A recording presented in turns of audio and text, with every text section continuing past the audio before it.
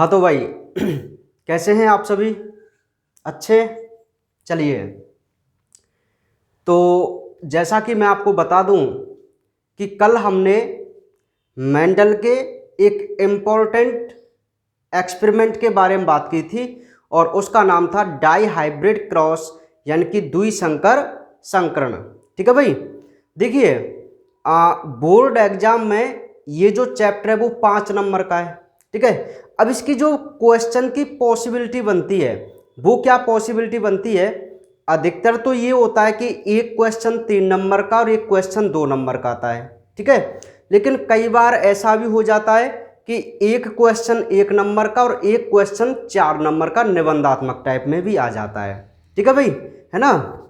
चलिए, तो ये जो एक संकर संकरण इस चैप्टर के अंतर्गत 3-4 क्वेश्चन बहुत ज़्यादा इंपॉर्टेंट हैं जिनकी पॉसिबिलिटी ज़्यादा होती है बोर्ड एग्जाम में आने की, है ना भाई। तो सबसे पहला, जैसे हमने जो कल जो पढ़े थे हमने एक संकर संकरण और द्विसंकर संकरण, ये दोनों ही क्वेश्चन अपने आप में बहुत ज़्यादा इंपॉर्टेंट है। तो कल जैसा कि हमने द्विसंकर संकरण को पढ़ा, तो द्विसंकर संकरण में हमने क्या देखा, मोस्टली क्या देखा कि मेंडल यदि एक जोड़ी विपरीत लक्षण के बीच प्रयोग या क्रॉस कराता है तो हम उसे एक संकरण या मोनोहाइब्रिड क्रॉस बोलते हैं, और यदि मेंडल 2 जोड़ी विपरीत लक्षणों को एक साथ लेकर प्रयोग करे तो हम उसे द्विसंकर संकरण कहते हैं। तो कल हमने बहुत अच्छी प्रकार से द्विसंकर संकरण को जाना और वहां पर हमने उसका एक चेकर बोर्ड, एक शतरंज पट्ट, है ना, पनीट वर्ग भी बनाया था, क्योंकि कई बार क्वेश्चन ऐसा भी आ जाता है मतलब थ्योरी चेंज कर देता है, लाइन चेंज कर देता है क्वेश्चन की, कि मेंडल के द्विसंकर संकरण प्रयोग को शतरंज पट्ट विधि द्वारा समझाइए। ये क्वेश्चन है शतरंज पट्ट विधि, तो आपको कंफ्यूज नहीं होना है, आपको वो जो पूरा आरेख है ना वो बनाना है। ठीक है, उसी को हम शतरंज पट्ट, चेकर बोर्ड, है ना, पनेट वर्ग, क्योंकि पनेट नाम के वैज्ञानिक थे, उन्होंने इसको दिया था मेंडल को ना, रेजिनाल्ड सी पनेट नाम के वैज्ञानिक थे, उन्होंने इसको बताया था, तो इसको पनेट वर्ग के नाम से भी जानते हैं। और इंग्लिश में चेस बोर्ड भी इसको बोलते हैं भाई, चेस बोर्ड भी बोलते हैं। तो कल जो हमने द्विसंकर संकरण की बात की थी उसमें मैं आपको थोड़ा सा एक बार रिवाइज करा दूं। जैसे क्या होता था कि मेंडल ने 2 जोड़ी विपरीत लक्षण लिए। कैसे लिए? एक ऐसा बीज जिसकी आकृति बिल्कुल गोल मटोल थी, बिल्कुल गोल मटोल राउंड, ठीक है, लेकिन इसका रंग कैसा था? पीला। रंग कैसा? पीला। और आकृति कैसी इसकी? गोल। ठीक है, तो 2 लक्षण हो गए ना। ऐसे ही सेम विपरीत लक्षण इन्होंने क्या लिया था? ऐसे सिकुड़ा हुआ सा बीज, है ना, तो बीज की आकृति तो थी भाई झुर्रीदार और इसका रंग कैसा था? हरा था, है ना। समझ रहे? ये 2 जोड़ी विपरीत लक्षण थे। अच्छा, ये जो 2 जोड़ी विपरीत लक्षण है ना, ये दोनों के जो जीन है वो अलग अलग गुणसूत्र पर हैं। कैसे गुणसूत्र पर हैं? अलग अलग गुणसूत्र पर। जैसे सुनिए, यह एक समजात गुणसूत्र है ना, और यहीं पर ये दूसरा समजात गुणसूत्र भी मैं बना दूं ऐसे, ये 2 समजात गुणसूत्र बना दिए। तो ये समजात गुणसूत्र तो ऐसा है जिस पर केवल पीले रंग वाले जीन उपस्थित हैं।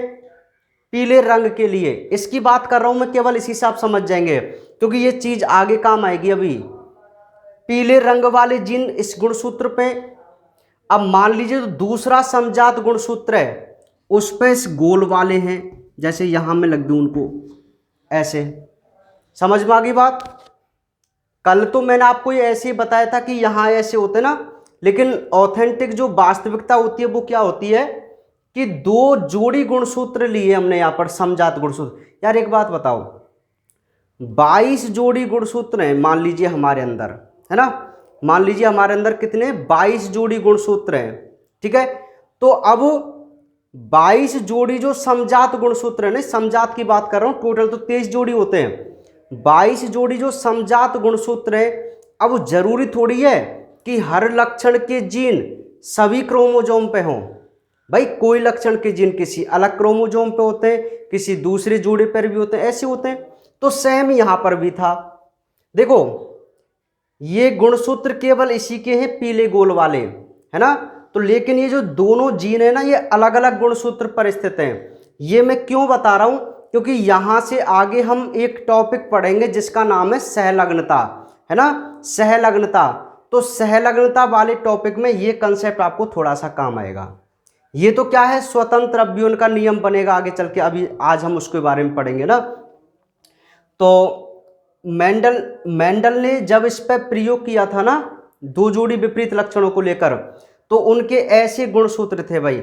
सेम इधर भी ऐसे होंगे, यहां स्मॉल वाई स्मॉल आई और दूसरे गुणसूत्र पर स्मॉल आर स्मॉल आर। अब वही बात है यार, जब इसमें गुणसूत्र बनेंगे तो ये एक गुणसूत्र ये जाएगा, एक गुणसूत्र ये जाएगा, एक ही कोशिका में अलग अलग जाते हैं ना भाई। अरे अलग अलग ही तो जाएंगे, लेकिन है तो भाई, तब तो मैंने एक समजात गुणसूत्र का एग्जांपल दिया था, अब तो दो समजात गुणसूत्र ले रहे हैं। तो कैपिटल वाई और कैपिटल आर इसका युग्मक बना, उधर भी स्मॉल वाई स्मॉल आर बनेगा। तो इधर से जब कैपिटल वाई चलेगा उधर से स्मॉल वाई आएगा, तो कैपिटल वाई स्मॉल वाई, इधर से कैपिटल आर और उधर से स्मॉल आर। तो ऐसे F1 पीढ़ी बनी थी। समझ रहे हैं, ये तो केवल समझाने के लिए। यदि आपको इसमें दिक्कत है तो आप कोई दिक्कत नहीं है ना, मत समझिए इसको, चाहे केवल आप इतना याद रख लीजिए कि भाई मेंडल ने जब दो जोड़ी विपरीत लक्षण वाले पादपों के मध्य क्रॉस कराया तो हम उसे द्विसंकर संकरण कहते हैं। इसका एग्जाम्पल आप याद रखिए कि समयुग्मजी पीले गोल व समयुग्मजी हरे झुर्रीदार बीज वाले पौधों के मध्य क्रॉस कराते तो F1 पीढ़ी में सभी पौधे विषम युग्मजी पीले प्राप्त होते हैं, और जब इनमें स्वयं परागण कराया जाता है तो F2 पीढ़ी में 4 प्रकार के पौधे उत्पन्न होते हैं, जिनका लक्षण प्ररूप 31 और जीन प्ररूप 122, 412, 121 आता है ना।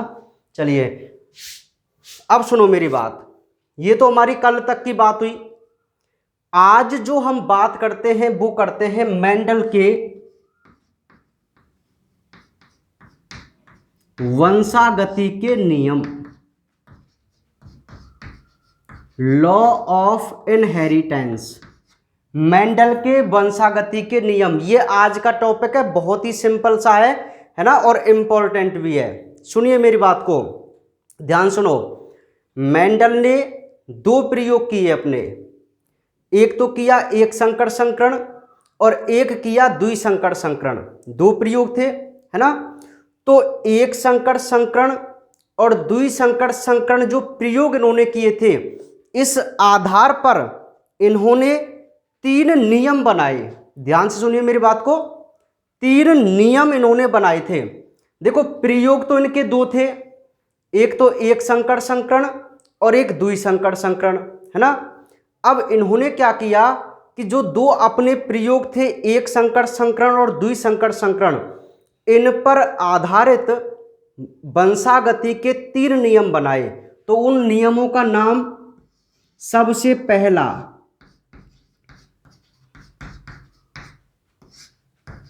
प्रभाविता का नियम, ठीक है। सेकंड विसंयोजन का नियम, लॉ ऑफ सीग्रेशन, बताएंगे इसके बारे में, सभी के बारे में आज डिटेल से बात करेंगे। और तीसरा है स्वतंत्र अपव्यूहन का नियम। ध्यान से सुनिए, आप कंफ्यूज हो गए अब यहां पे कि सर हमने तो यही पढ़े थे कि डायरेक्ट प्रभाविता का, विसंयोजन का, स्वतंत्र अपव्यूहन का, है ना। लेकिन अब मैं आपको यहां 12th क्लास में एक्सप्लेन कर देता हूं कि मेंडल ने केवल 2 प्रयोग किए थे अपने। प्रयोग तो थे उनके एक संकर संकरण और द्विसंकर संकरण, ठीक है। इन प्रयोगों के आधार पर उन्होंने 3 अपने नियम बनाए और उन्हें बोलते हैं वंशागति के नियम। और वो 3 नियम कौन कौन से? एक प्रभाविता का नियम, एक विसंयोजन का नियम और एक स्वतंत्र अपव्यूहन का नियम। अब ध्यान रखने वाली क्या बात है, केवल मैं आपको यहीं से बता देता हूं कि जो मेंडल का एक संकर संकरण था, एक संकर संकरण, एक संकर संकरण नाम के प्रयोग से तो मेंडल ने दो नियम बनाए। एक तो बनाया लॉ ऑफ डोमिनेंस यानी कि प्रभाविता का नियम, और सेकंड बनाया विसंयोजन का नियम यानी कि लॉ ऑफ सीग्रेशन। जबकि स्वतंत्र अपव्यूहन का जो नियम था इसकी उत्पत्ति की थी द्विसंकर संकरण से। किससे भाई? द्विसंकर संकरण से। एक एक पॉइंट को क्लियर कर रहा हूं, एक एक पॉइंट को आप समझते जाइए, यहीं से क्वेश्चन बनते हैं भाई। सुनिए पहले, मेंडल ने दो प्रयोग किए, एक संकर संकरण और द्विसंकर संकरण। क्लियर? एक संकर संकरण पर आधारित उन्होंने दो नियम बनाए, एक तो लॉ ऑफ डोमिनेंस और एक लॉ ऑफ सीग्रेशन यानी कि प्रभाविता का नियम और विसंयोजन का नियम। ये दोनों नियम कौन से संकरण पर आधारित हैं? एक संकर संकरण पर। ये आपको बातें याद रखनी है, ठीक है। दूसरा है तीसरा नियम है स्वतंत्र अपव्यूहन का नियम, और ये जो स्वतंत्र अपव्यूहन का नियम है वो किस संकरण पर आधारित था? द्विसंकर संकरण पर। क्लियर? आप कह सकते हैं कि एक संकर संकरण से तो दो नियमों की उत्पत्ति हुई, प्रभाविता के नियम की और विसंयोजन के नियम की। तो जब हम इन दोनों नियमों को पढ़ेंगे ना तो एक संकर संकरण हमारे काम आएगा, और जब हम स्वतंत्र अपव्यूह नियम पढ़ेंगे तो हमारे काम आएगा द्विसंकर संकरण। अब सुनिए, मैं आपसे कई बार कहता रहता हूं कि पढ़ाने के भाई बहुत तरीके हैं। ध्यान सुनिए मेरी बात को, पढ़ाने के बहुत तरीके होते हैं और पढ़ने के भी बहुत तरीके होते हैं, है ना। अब ये टीचर की रेस्पॉन्सिबिलिटी होती है कि आपको हर एक चीज से अवगत कराया जाए, और नॉलेज के साथ साथ मतलब कंसेप्ट क्लियर करने के साथ साथ आपको ये भी बताया जाए कि आखिर क्वेश्चन कहां से और कैसे बनते जाते हैं, ठीक है। क्योंकि जब तक आप पर क्वेश्चन बनाना नहीं आएगा, आप हो सकता है किसी अच्छे क्वेश्चन में वहां कंफ्यूज हो जाएं बोर्ड एग्जाम में।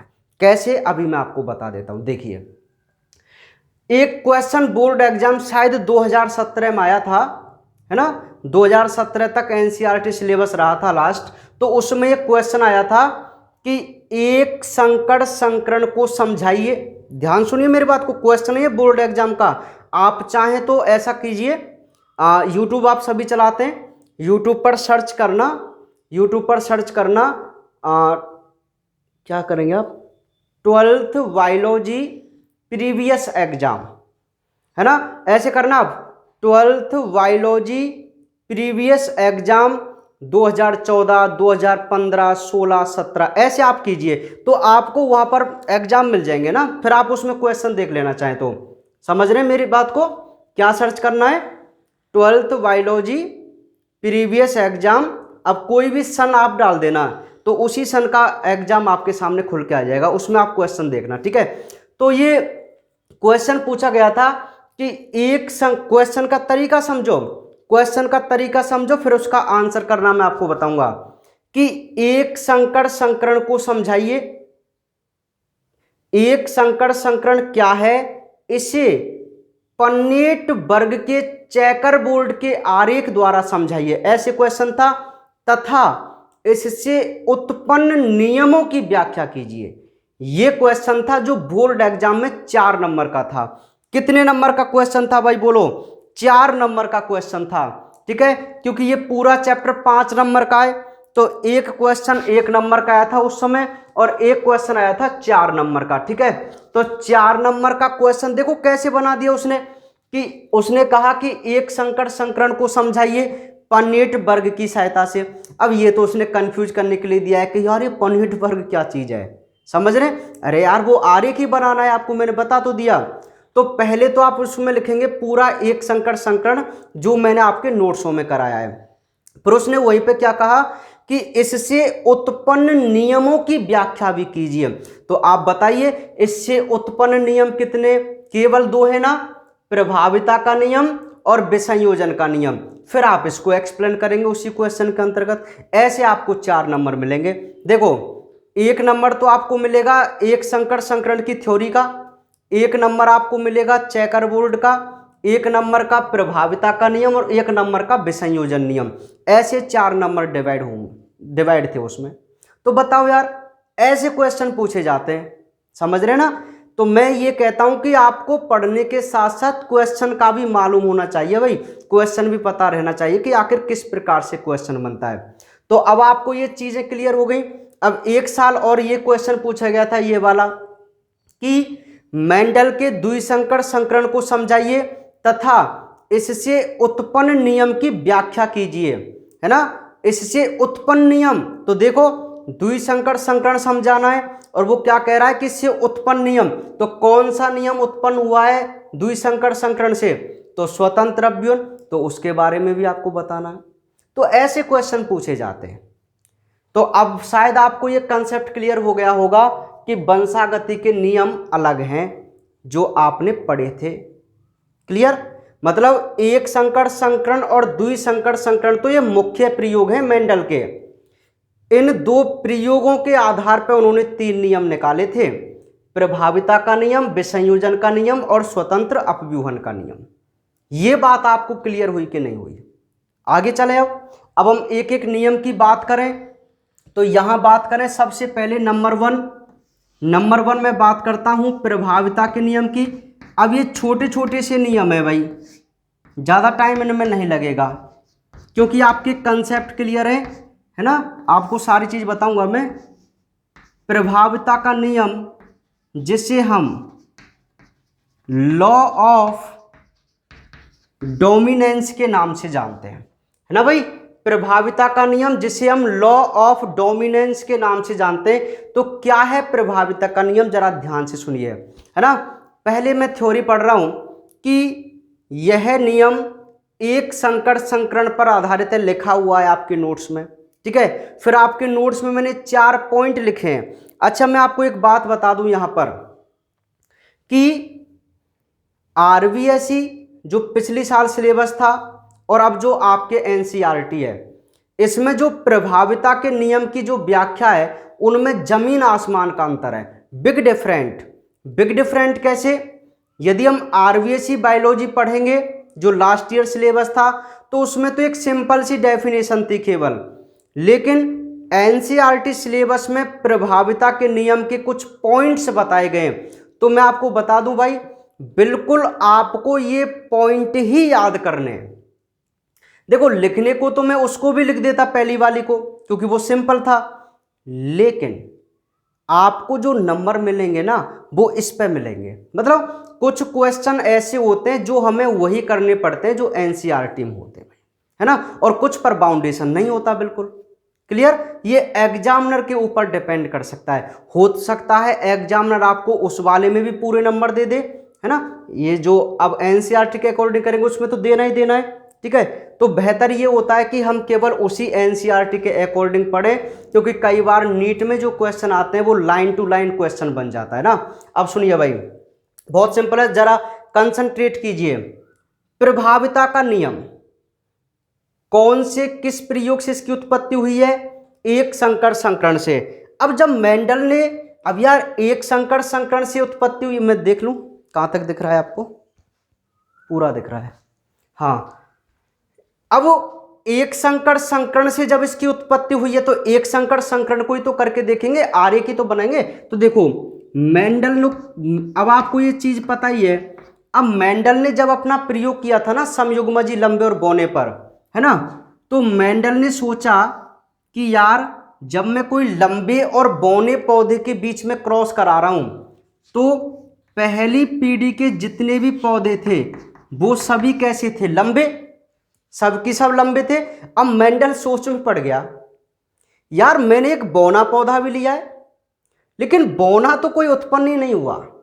समझो आप मेरी बात को, बौना तो कोई उत्पन्न ही नहीं हुआ, सबकी सब लंबे में, चलो ठीक है और करा के देखते हैं।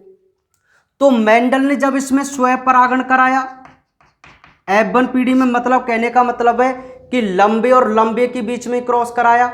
अब दोनों ऐसे हैं जो लंबे हैं उनके बीच में क्रॉस कराया। जब लंबे लंबे के बीच में क्रॉस कराया तो उन्हें क्या मिला कि भाई अब लंबे भी उत्पन्न हुए और बौने भी उत्पन्न हुए थे F2 पीढ़ी में। बताओ F2PD में बौना पौधा भी तो उत्पन्न हुआ था, लंबे भी थे और बौना भी था।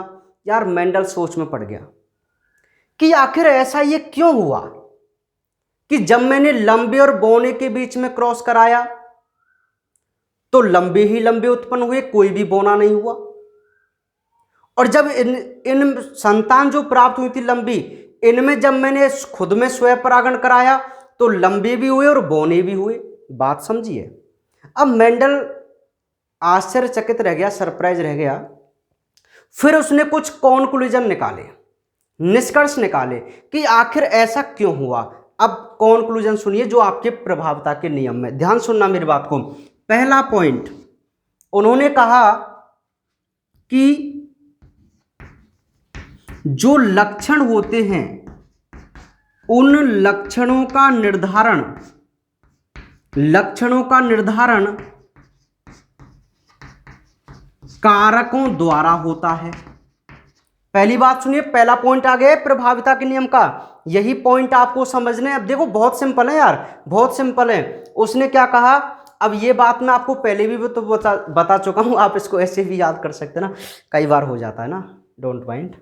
चलिए, तो मेंडल ने, अच्छा कारक शब्द आपको बहुत परेशान कर रहा है, तो व्हाट इज कारक, फैक्टर क्या है ना। कारक को हम बोलते हैं फैक्टर। क्या बोलते हैं, फैक्टर।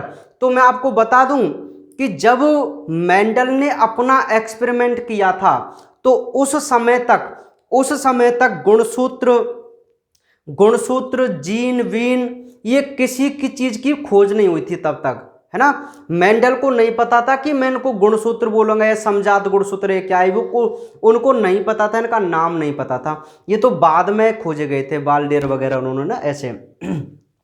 तो सुनिए, अब मेंडल जो जीन होते हैं ना, जिनको हम वर्तमान में जीन बोलते हैं, उस जीन को मेंडल क्या कहते थे, कारक कहते थे। ठीक है। बाद में जोहानसन नाम के वैज्ञानिक ने इस कारक को क्या नाम दे दिया, जीन नाम दे दिया। देखो आज तो हम पढ़ते हैं जीन, और मैंने आपको बताया भी था कि हर व्यक्ति के लक्षणों का निर्धारण कौन करता है, जीन करता है। अब आप इतना समझो कि जो जीन है ना, उसको मेंडल क्या कहते थे, कारक कहते थे। अब आपको बात समझ में आ गई। ठीक है। मेंडल जीन को ही पहले क्या कहते थे, कारक कहते थे। ये जीन नाम तो कारक को जोहानसन नाम के वैज्ञानिक ने दिया था, पहले मेंडल इस चीज को कारक कहते थे ना। तो मेंडल ने पहला पॉइंट क्या बनाया प्रभावता के नियम का, कि लक्षणों का जो निर्धारण होता है वो कारकों के द्वारा होता है। अब आपके नोट्स में लिखा हुआ है विभक्ति इकाइयों द्वारा, कारकों की विभक्ति इकाई।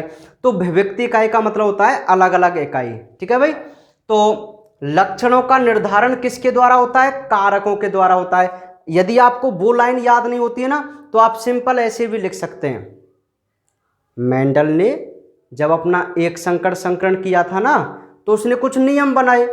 तो पहला नियम बनाया प्रभाविता का, तो प्रभाविता के नियम के कुछ पॉइंट उन्होंने बताए। कितने सिंपल पॉइंट है, देखो पहले कहा कि भाई लक्षणों का निर्धारण कौन करता है, कारक करता है। बताओ ये बात आपको पता नहीं है क्या, पहले भी तो बता चुका हूं कि हर लक्षण का निर्धारण कारक करता है। अब दूसरा पॉइंट उन्होंने कहा कि कारक जोड़े में होते हैं। अरे इसमें भी आपको कोई कंफ्यूजन नहीं है, कारक तो होते ही जोड़े में। अरे मैं पहले भी तो बता चुका हूं कि जो जीन होते हैं वो किस में होते हैं, जोड़े में होते हैं। ऐसा उन्हें कैसे लगा कि यार हो सकता है लंबेपन का कोई जीन होगा, बौनेपन का कोई जीन होगा, ये एक साथ आए होंगे, है ना, फिर अलग अलग गए होंगे। तो हो सकता है कि जो कारक है वो किस में हो, पेयर में हो या जोड़े में हो। आपको दिख भी रहा है और आपको अब तो पता भी है कि कारक जोड़े में ही होते हैं। तो मेंडल ने ये बात पहले बता दी थी कि कारक किस में होते हैं, जोड़े में होते हैं। ये दो पॉइंट आपको समझ में आ गए। तीसरा पॉइंट उन्होंने कहा था, यदि कारक के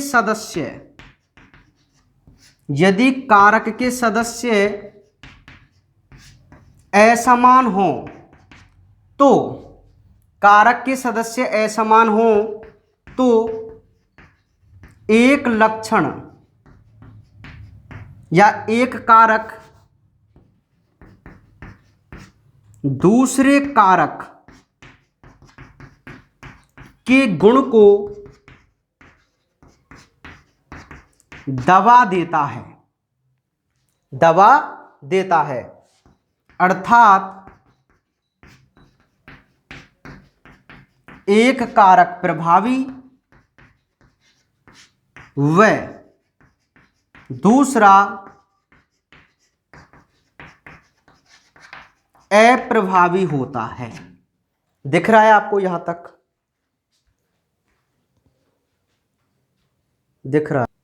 तो ये पॉइंट आपको समझ में आ गया है ना? एक पॉइंट और लिख दूं मैं, यहां पर आ जाएगा चौथा पॉइंट। F1 पीढ़ी में प्रभावी प्रकट होता है, लेकिन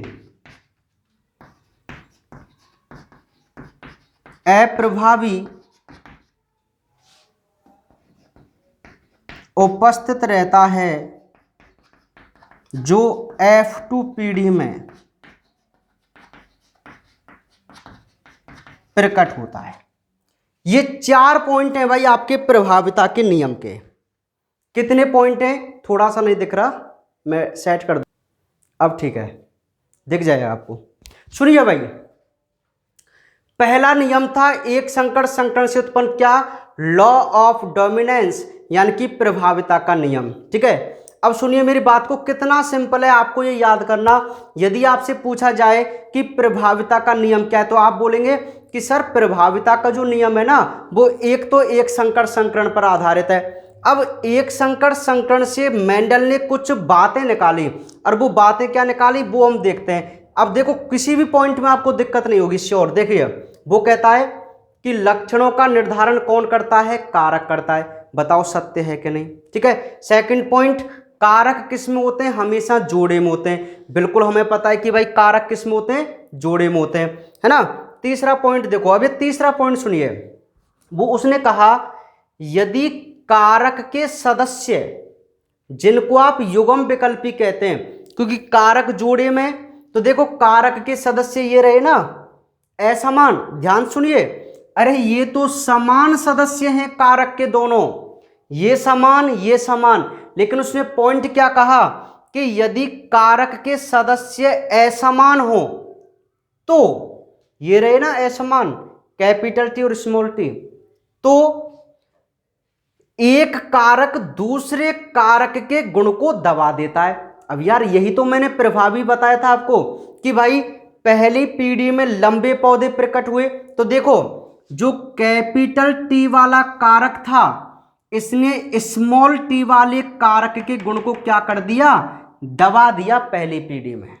बताओ दबाया नहीं दबाया? ध्यान सुनिए, कारक का जोड़ा है और यदि उसके सदस्य असमान है, मतलब यो मानो ये कैपिटल टी और स्मॉल टी प्रकार के हैं, तो अब ये कारक का जोड़ा असमान है ना, तो वो क्या मेंडल ने क्या कहा कि एक कारक मतलब कैपिटल टी दूसरे कारक के गुण को क्या कर देता है?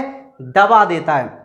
तो ये लाइन सही है कि नहीं सही है बताओ, कि यदि कारक के सदस्य असमान हो तो एक कारक दूसरे कारक के गुण को दबा देता है, अर्थात एक कारक होगा प्रभावी जिसको आप डोमिनेंट बोलेंगे, और दूसरा कारक रहेगा अप्रभावी जिसे आप रिसेसिव बोलेंगे।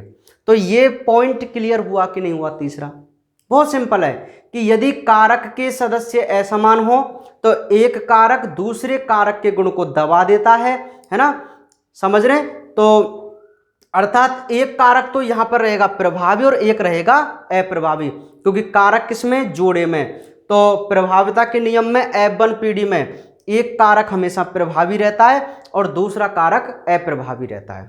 चौथा पॉइंट देखो, अब इसने उसको और एक्सप्लेन किया कि F1 पीढ़ी में तो प्रभावी लक्षण प्रकट होता है। तो देखो F1 पीढ़ी में लंबेपन वाला प्रकट हो रहा है, तो वे प्रभावी है, क्योंकि बौनेपन को छिपा दिया। तो वो कह रहा है कि F1 पीढ़ी में प्रभावी प्रकट होता है, लेकिन जो अप्रभावी गुण है ना, अप्रभावी कौन है यहाँ पे? बौना, तो वो उपस्थित तो रहता है, जो किस में प्रकट होता है? F2 पीढ़ी में प्रकट होता है। तो बताओ बौनेपन वाला जो जीन है यहाँ पर, जो कारक है, वो F1 पीढ़ी में उपस्थित तो है लेकिन शो नहीं हुआ, तो फिर ये कहाँ शो होता है? F2 पीढ़ी में शो होता है। तो बताओ यार क्या दिक्कत है आपको इन पॉइंटों में? मुझे नहीं लगता आपको उनमें कोई डाउट होगा, कितनी सिंपल सी बात है यार, है ना।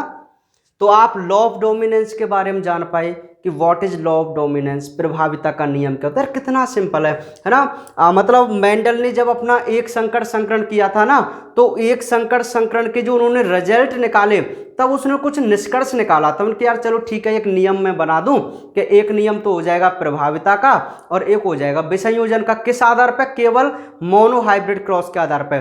तब उन्होंने बात बताई कि भाई कारक जो होते हैं वो हमेशा जोड़े में होते हैं। किस में होते हैं? जोड़े में होते हैं ना। बहुत सिंपल सिंपल से पॉइंट है ना। और कोई भी जो लक्षण होता है उनका निर्धारण कौन करता है? कारक करता है। 2 पॉइंट तो ये क्लियर हो गए। तीसरा पॉइंट वो कहते हैं कि यदि कारक के दोनों सदस्य असमान हो तो एक कारक दूसरे कारक के गुण को दबा देता है, अर्थात एक प्रभावी होता है और एक अप्रभावी होता है। फिर लास्ट में कहा कि F1 पीढ़ी में तो प्रभावी लक्षण प्रकट होता है, लेकिन अप्रभावी उपस्थित जरूर रहता है, जो कहाँ प्रकट होता है? F2 पीढ़ी में प्रकट होता है। तो ये सिंपल सी बात है भाई लॉ ऑफ डोमिनेंस के बारे में। ये बात आपको समझ में आई कि नहीं आई? ठीक है, चलिए तो इसको मैं मिटा दूं लॉ ऑफ डोमिनेंस को। क्लियर है आपका लॉ ऑफ डोमिनेंस? एक बार आप और इसकी प्रैक्टिस करेंगे तो आपको ये बिल्कुल 100% क्लियर हो जाएगा भाई। ठीक है, लगभग आपकी 70-80% दिमाग में आना चाहिए एक बार में कम से कम है। फिर जब आप रिवाइज करते हैं ना तो तब आपको ये 100% होना चाहिए।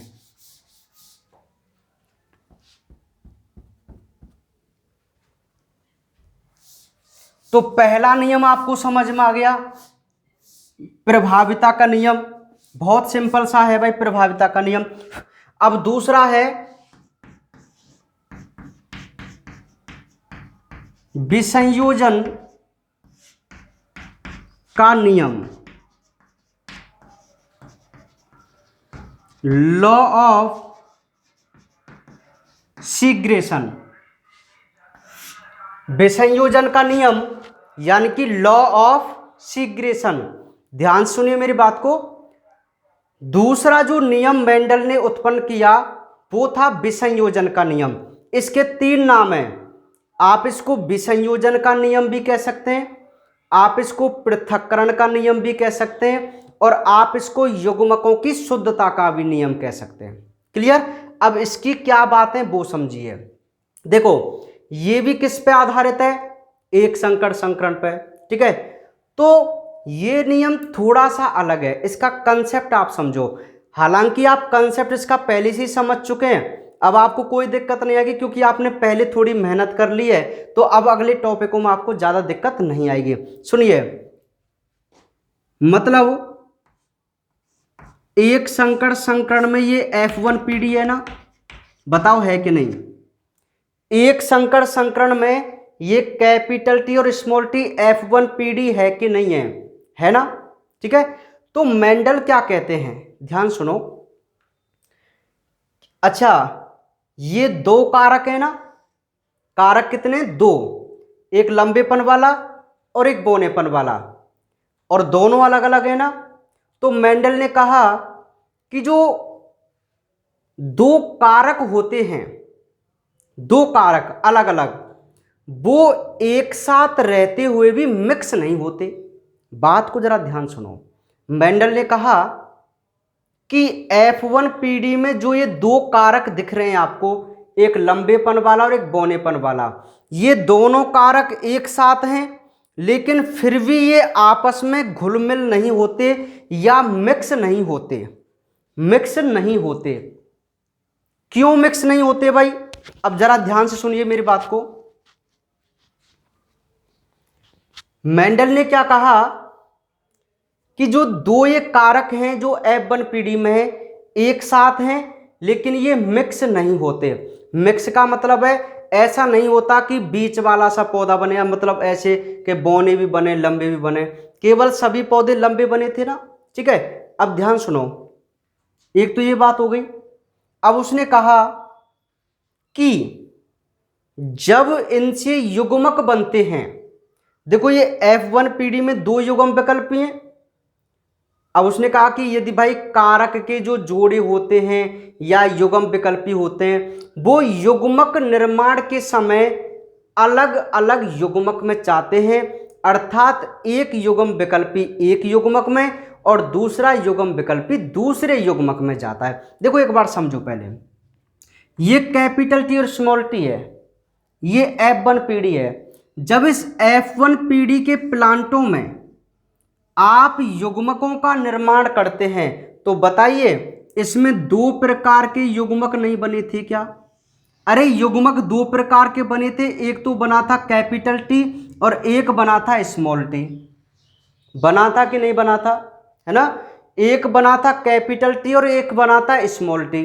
दो प्रकार के युग्मक बने थे ना। एक बात बताओ, F1 पीढ़ी में दोनों कारक ये एक साथ हैं, लंबेपन वाला भी और बौनेपन वाला भी दोनों एक साथ हैं। लेकिन जब इन्होंने अपने युग्मक बनाए, इस पौधे ने जिसमें दोनों कारक एक साथ थे, लंबेपन वाले और बौनेपन वाले, जब इसने अपने युग्मक बनाए तो प्रत्येक कारक या कारकों के जोड़े के जो युग्म विकल्पी हैं वो अलग अलग युग्मक में जाते हैं और प्रत्येक युग्मक कैसा होता है? शुद्ध होता है। अच्छा, शुद्ध युग्मक का मतलब आप क्या समझते हैं भाई? बताओ, शुद्ध युग्मक का मतलब आप क्या समझते हैं? शुद्ध युग्मक का मतलब होता है जिसमें केवल एक ही हो। भाई आप प्योर किसको कहते हैं? प्योर इसको कहते हैं मतलब एक ही प्रकार का हो ना, उसे तो आप शुद्ध बोलते हैं। तो देखो यहां पर जो युग्मक है उसमें केवल कैपिटल टी वाला ही जीन है और यहां पर जो युग्मक है उसमें केवल स्मॉल टी वाला जीन है। F1 पीढ़ी में यही तो हुआ था, एक संकर संकरण पे तो आधारित है विसंयोजन का।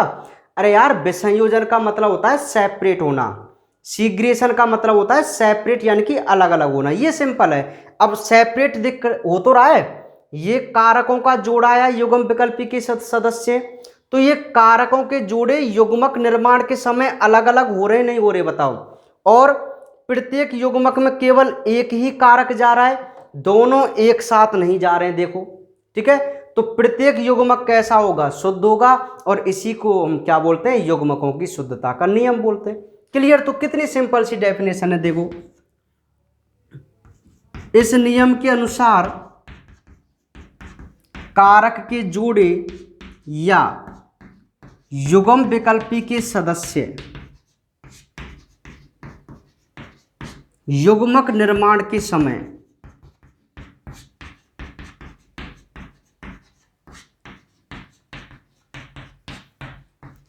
अलग अलग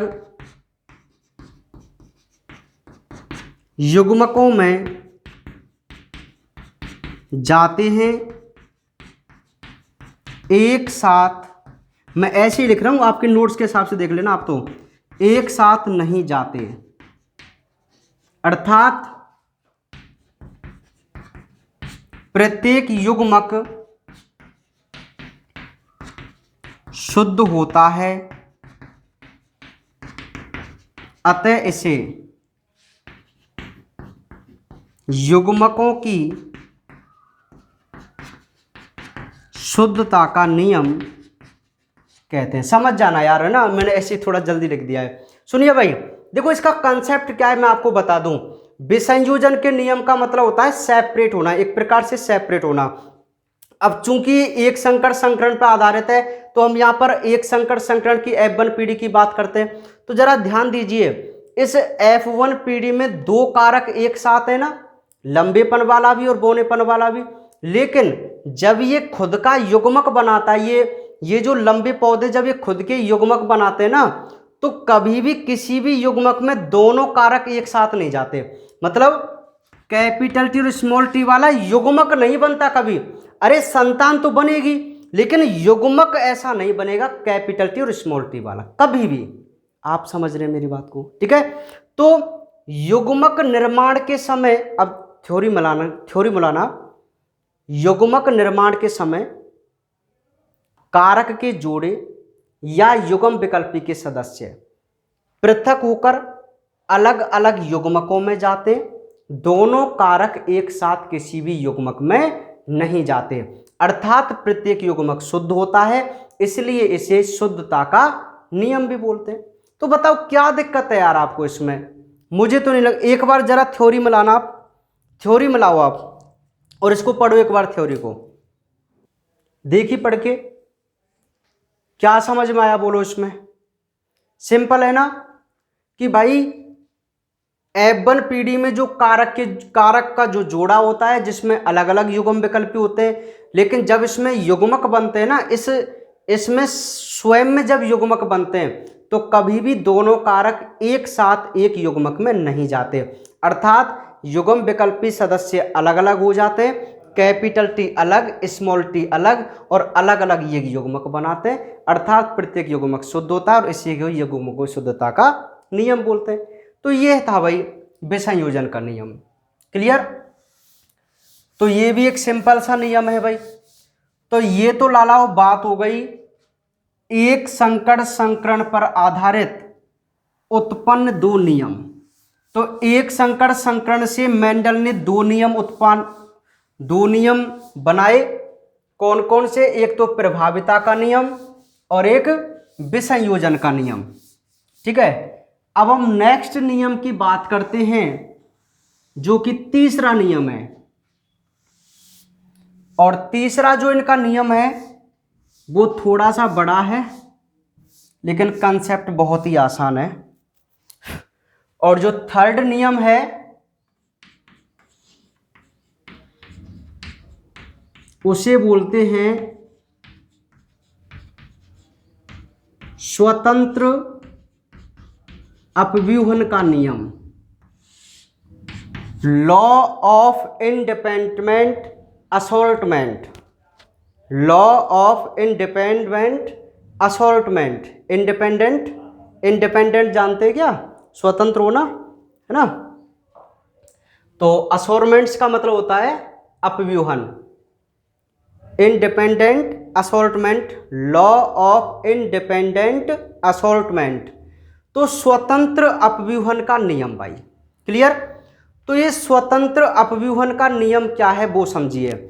सबसे पहली बात कि जो ये स्वतंत्र अपव्यूहन का नियम है वो किस पर आधारित है भाई? एक बात बताओ। ये आधारित है द्विसंकर संकरण पर। किस पर आधारित है?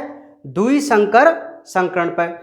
अब जब यार ये द्विसंकर संकरण पर आधारित है या द्विसंकर संकरण से इसकी उत्पत्ति हुई है तो इसमें हम द्विसंकर संकरण की बात करेंगे।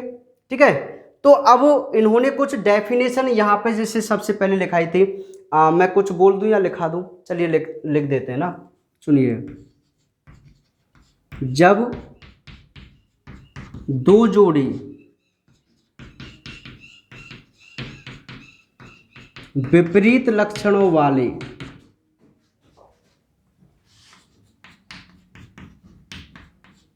पौधों के मध्य क्रॉस होता है तो F1 पीढ़ी में सभी प्रभावी लक्षण प्रकट होते हैं। अब आप थ्योरी मत जाना, ऐसे ऐसे लिखा हुआ है प्रभावी संयोग वाले लक्षण, है ना। कहीं आप सोचे सर आपने संयोग नहीं लिखा है ना, आप समझ जाया करो। प्रभावी लक्षण प्रकट होते हैं जब इनमें स्वपरागण होता है तो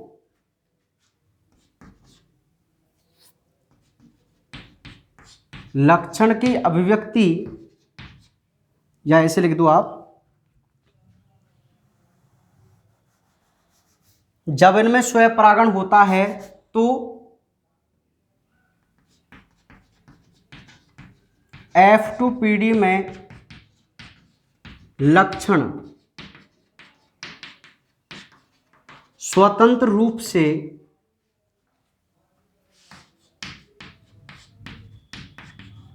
प्रकट होते हैं, अर्थात एक लक्षण की वंशागति पर दूसरे लक्षण की उपस्थिति का प्रभाव नहीं पड़ता, अतः इसे स्वतंत्र अपव्यूहन का नियम कहते हैं, है ना। थ्योरी आपके सामने ही है, तो आपको यहां से ज्यादा पढ़ने की आवश्यकता नहीं है। ये तो मैं पॉइंट टू पॉइंट जब आपको बताऊंगा तो इसके लिए काम आएगी, इसलिए मैंने लिख दिया, ठीक है। तो यहां पर इसकी कुछ व्याख्या है ना भाई। तो व्याख्या में मैं आपको बता दूं कि पीले गोल व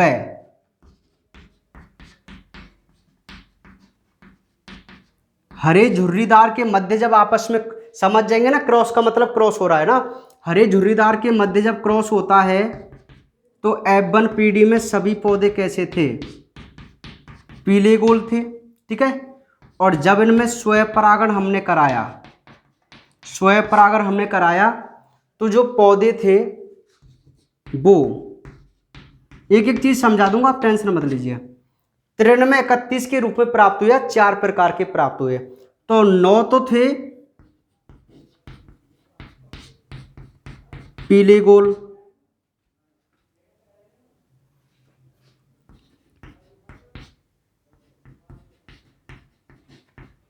हरे झुर्रीदार तो सबसे लास्ट में, पीले गोल हो गए,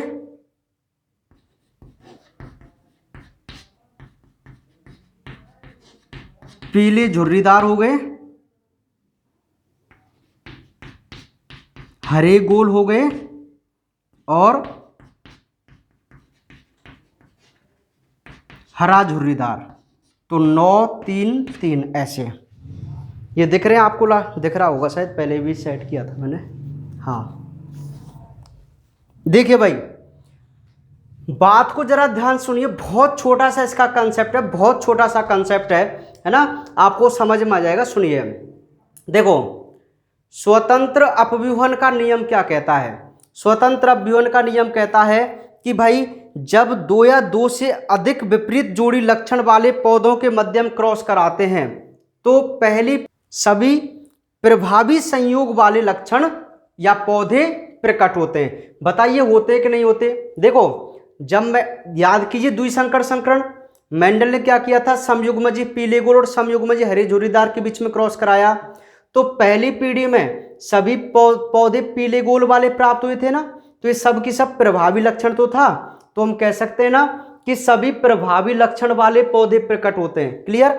अब जब इनमें हम स्वयं परागण कराते हैं, मतलब मेंडल ने जब F1PD में स्वयं परागण कराया था ना, तो F2PD में जो लक्षण होते हैं वो एक दूसरे से प्रभावित हुए बिना, मतलब जो लक्षण है ना पीला गोल हरा झुर्रीदार, ये लक्षण F2PD में किसी से भी प्रभावित ना होकर अपनी अभिव्यक्ति को स्वतंत्र रूप से करता है, मतलब खुद ये स्वतंत्र रहता है। अभी मैं बताऊंगा कि कैसे स्वतंत्र है। स्वतंत्र रूप से अपनी वंशागति करता है, तब हम कह सकते हैं कि एक लक्षण की वंशागति पर, जैसे कोई भी लक्षण मान लीजिए, पीला लक्षण मान लीजिए, गोल मान लीजिए, हरा, है ना, ये सभी लक्षण तो है। तो एक लक्षण की वंशागति पर, वंशागति मतलब एक पीढ़ी से दूसरी पीढ़ी में जाना, दूसरे लक्षण की उपस्थिति का कोई प्रभाव नहीं पड़ता है, अतः इसे हम क्या बोलते हैं, स्वतंत्र अपव्यूहन का नियम बोलते हैं। देखो सिंपल है यार, स्वतंत्र का मतलब है अपने फ्री फर्स्ट क्लास, जिसको फ्री फर्स्ट क्लास बोलते हैं ना, और अपव्यूहन का मतलब है अपने आप को शो करना, ठीक है, अपने आप को शो करना।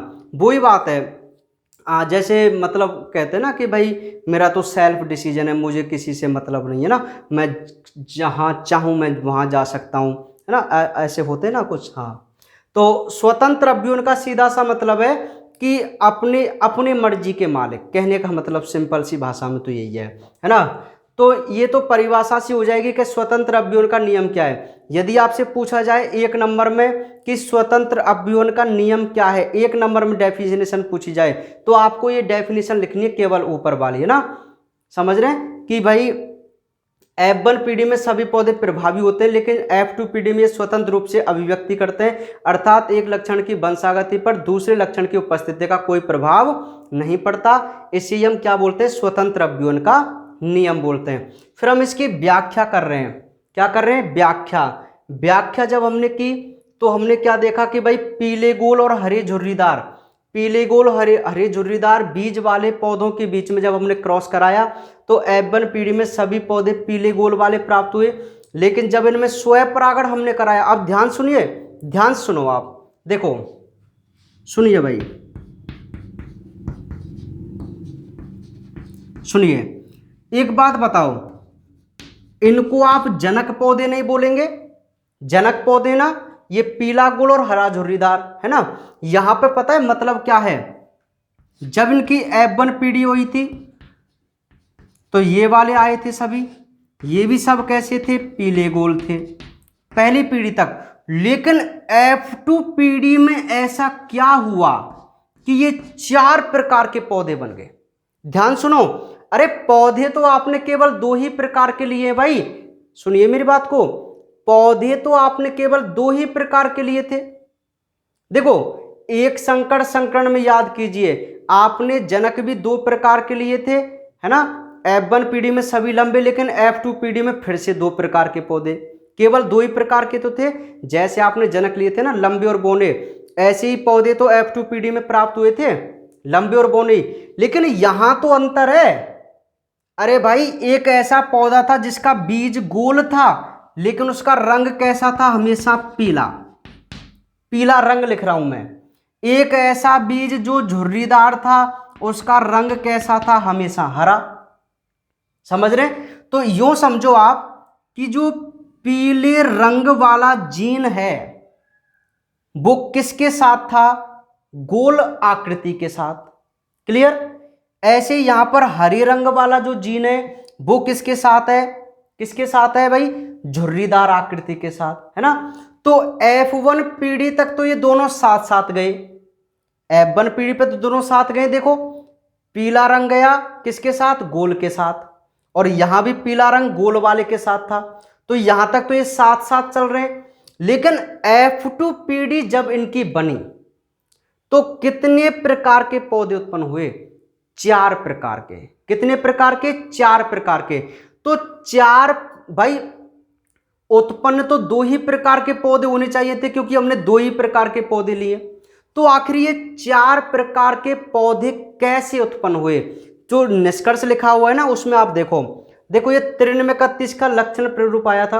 अब सुनिए यहां पर, तो देखो 9 पौधे तो आपको पीले गोल प्राप्त हो रहे हैं, 9, और केवल 1 पौधा आपको हरा झुर्रीदार प्राप्त हो रहा है। तो ये 10 पौधे तो आपके हैं जनक पौधे, जो आपने लिए थे प्रयोग के लिए। क्लियर है ना। लेकिन यहां पर 2 पैतृक संयोग के अलावा, पैतृक संयोग बोलते हैं पेरेंटल मतलब जनक के अलावा, जनक पौधे तो ऐसे थे पीले गोल और हरे झुर्रीदार, बताओ थे कि नहीं? तो इनके अलावा 2 नए प्रकार के पौधे नहीं मिले क्या आपको? बताओ भाई, ये तो 2 प्रकार के ऐसे पौधे थे जो हमने पहले ही लिए थे, लेकिन इनके अलावा F2 पीढ़ी में 2 नए प्रकार के पौधे नहीं मिले। देखो, 3 पौधे तो ऐसे, 3 पौधे तो ऐसे जिनकी बीज की आकृति तो थी झुर्रीदार, लेकिन रंग कैसा? पीला। मैं इसको ना मिटा के अच्छी तरीके से यहां पे बनाता हूं, एक बार सुनिए। 4 प्रकार के पौधे मिले। देखो, नियम क्या कहता था कि ये गोल आकृति वाला है, ये झुर्रीदार आकृति वाला बीज है। तो जो गोल आकृति होती है उसका रंग हमेशा कैसा होता है? पीला होता है बीज का रंग, है ना।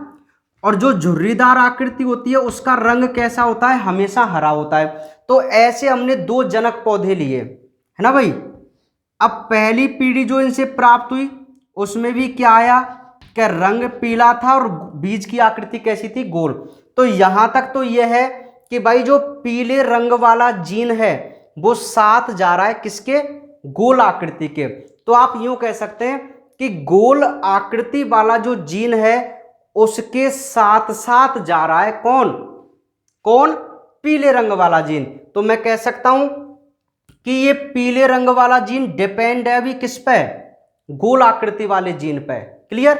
लेकिन जब इनसे हमने F2 पीढ़ी प्राप्त की F2PD जब हमने प्राप्त की तो यहां पर हमको 4 प्रकार के पौधे देखने को मिले।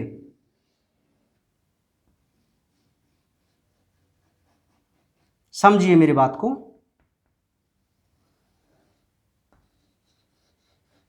दिख रहे हैं आपको? हाँ, ये 4 प्रकार के पौधे देखने को मिले भाई। अब देखो इसकी आकृति कैसी है, गोल, तो रंग इसका था पीला, है ना। इसकी आकृति कैसी है, झुर्रीदार, लेकिन इसका रंग कैसा था, पीला। ध्यान सुनिए मेरी बात को, पीला रंग इसका भी था जो झुर्रीदार आकृति का है।